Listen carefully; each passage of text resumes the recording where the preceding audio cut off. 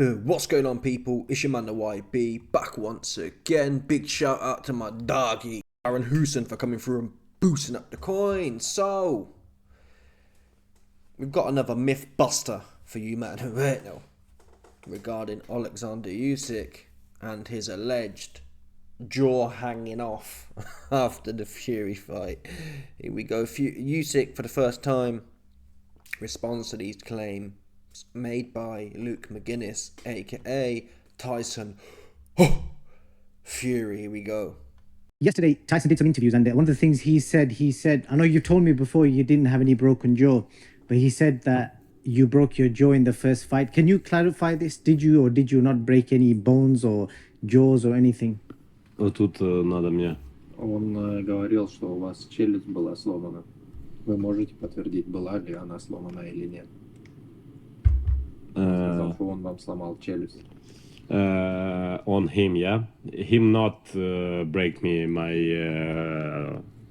job. My job. Not. It's not true. Okay, very good. Everyone wants to understand you won Olympic gold, 2-time undisputed. There you go. I would like some more, what's the word, expansiveness from Usyk, but listen, the truth probably is somewhere in the middle. Listen, if I had to pick somewhere, do I believe Fury's jaw was hanging on by a thread, or Usyk nothing was wrong?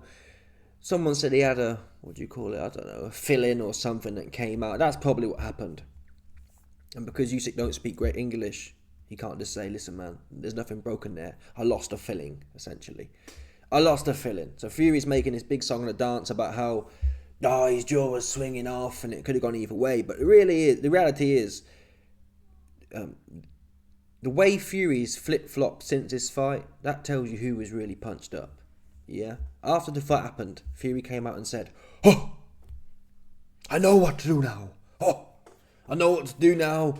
I've got to knock him out to win. As the fight's getting closer, Mr. had your jaw swinging off by a thread, hanging on by a thread, has now gone to, well actually, if you watch the fight backwards in slow motion, I actually won this, that, the other, so it was close. All I need to do this time is not get knocked out. Self-preservation. And I'm the one who called this. I'm the one who called it, people. I told you it's finished. Psychologically, it's finished. He got put down by Mbongo. Got up and didn't do nothing. No spite. He got the boots knocked off him by Usyk. He did nothing. Did not come back fighting. That is a finished fighter there. Yeah, he's a finished fighter. And now even after losing, taking the first loss on his record, he's still trying to find ways to de-escalate the task at hand. I said to some extent, fair play. I think I even mentioned, I might be getting sucked in by Fury again. At the fact that Fury's saying, yeah, I'm going for the knockout. But lo and behold, as we got closer, it now comes out with the truth. Actually, I don't want to... We have to give Fury credit. Yes, Deontay Wilder's a basketball player, and he can't box for toffee. But we have to give him credit that Fury did get put on the map twice in the first fight. So for him to make that switch in his mind, to get in there in the second fight and just be more spiteful, you get credit for that. That was what's required. Fury don't have that no more. That switch, and the narrative was, the Kronk. Well, the Kronk was there with Mbongo. When Mbongo knocked him down, the Kronk was there. When Usyk knocked him out, the Kronk was there. And to be fair to the moody Kronk, the knockoff Kronk, Sugar Hill, he was begging Tyson. He was telling Tyson, post up Tyson. Bah!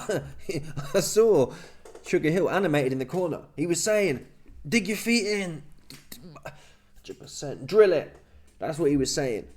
So it's not Sugar Hill. Look at Okoli. Sugar Hill was working with Okoli as well. Sugar Hill was pleading when Okoli was going, well, I'm not even sure you call it life and death, when Okoli was clinging on for life and death.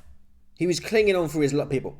Lawrence Hug Coley was clinging on for life or death against Chris Billum Smith. That's what he was doing. And Sugar Hill was in that corner, begging him, come on man, fight. So you can take these horses to the water, but you can't make them drink. And I'm telling you now, listen, if Fury can go in there and pot shot his way to victory, he'll do that, right? I don't think it's that easy with Usyk though. Usyk's that guy who can look like he's getting washed, like he was at the end of round 6. kiss the Jesus piece, and he finds another level. I guess what I'm really saying is Usyk knows how to find another level still. He's not finished. He can go there. He gets put down by Dubois. Yes, he had a long count, but still, he finds a way to... AJ in the 9th round, I think it was, in the second fight, he finds a way to... Take that. He can muster the Diddy versus Meek Mills. He's shown that to date. When was the last time you saw Tyson Fury summon the spirit of the Diddy versus Meek Mills? Yeah? We don't know. The last time was probably maybe Wilder 3 at a push. And that's a basketball player, folks. That's what that is. It's a basketball player. It's different. Trying to muster a spirit is different when you know you're the A-side, if that makes sense. Unless your name's Ben Whittaker. It's different when you're in there with someone your level or above. That's when it's really hard to try and dig in. You can dig in with Wilder. You know, just watch for his right hand and you'll be half okay. When Usyk's in there, he's slapping away. He's got all different shots coming from all different angles. It's a different ball game. So I think Fury's going to go in there and he's going to run like a thief. He's going to try and pot shot his way to victory, which is, I guess, in this game you can say, well, that's boxing might be, but he's too. You got some Lennox Lewis saying he needs to come in heavier. You got other people saying he needs to, obviously, if Fury comes in heavier, he's not going to be running no more, right? He's not going to be as elusive. So, and even if he comes in lighter, his legs are shot. He does not have 12 rounds of leg gas at 270 pounds or even 250 pounds. Go back and watch the Vlad fight. A lot of Fury homosexuals and even myself, you idealise or your memory is not what you think it is.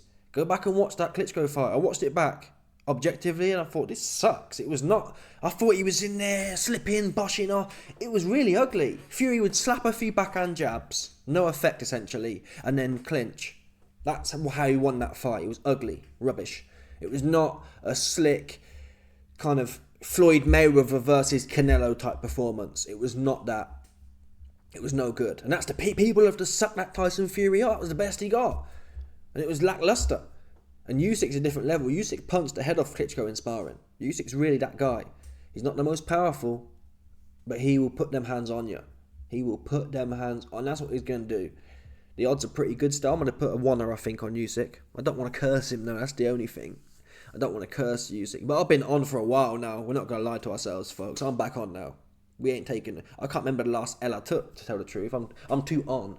I'm too on now to remember the L's. We on. So we betting with Usyk. That's what we're going to do. Because Usyk going to toast this guy. I think... And if anything, people say, oh, Fury can box better. Fury can box better.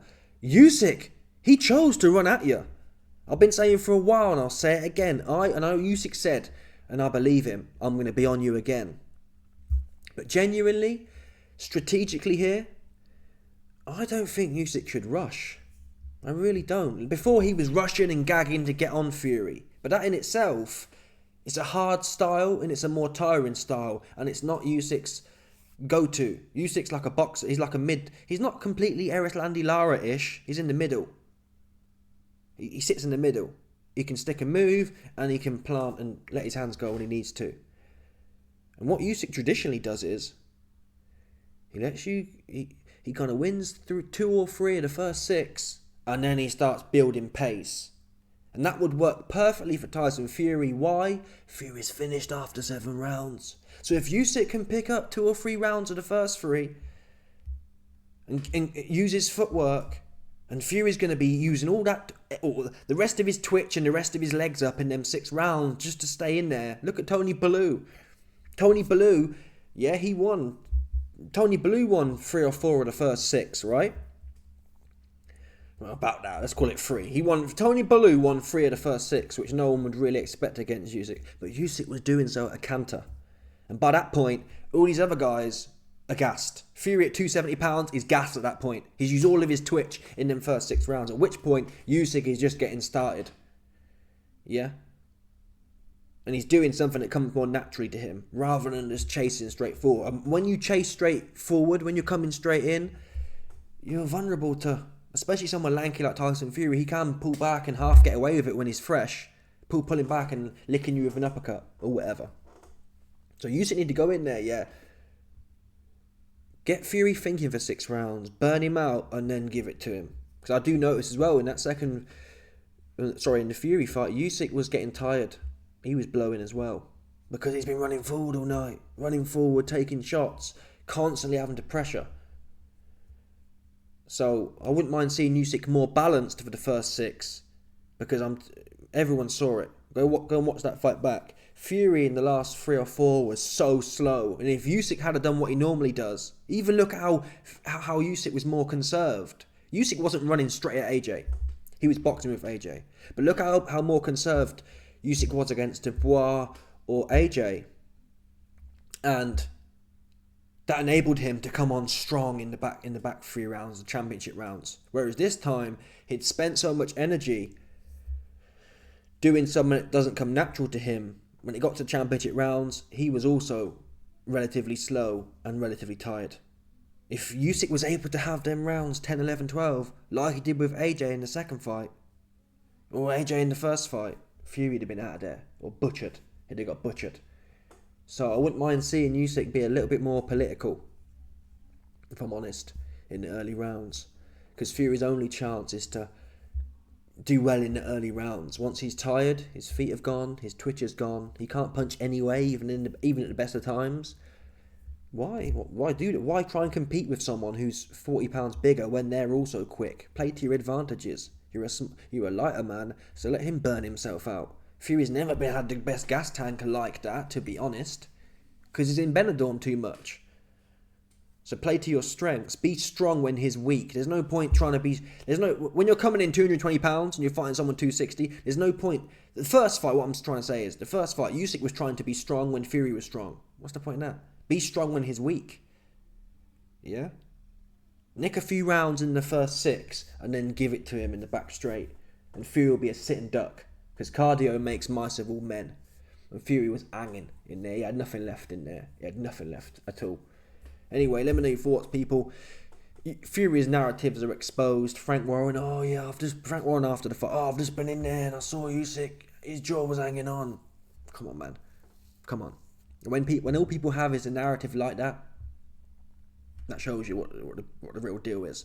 When you got to spin yarns like that. Yeah? Fury should be saying, listen, you see you.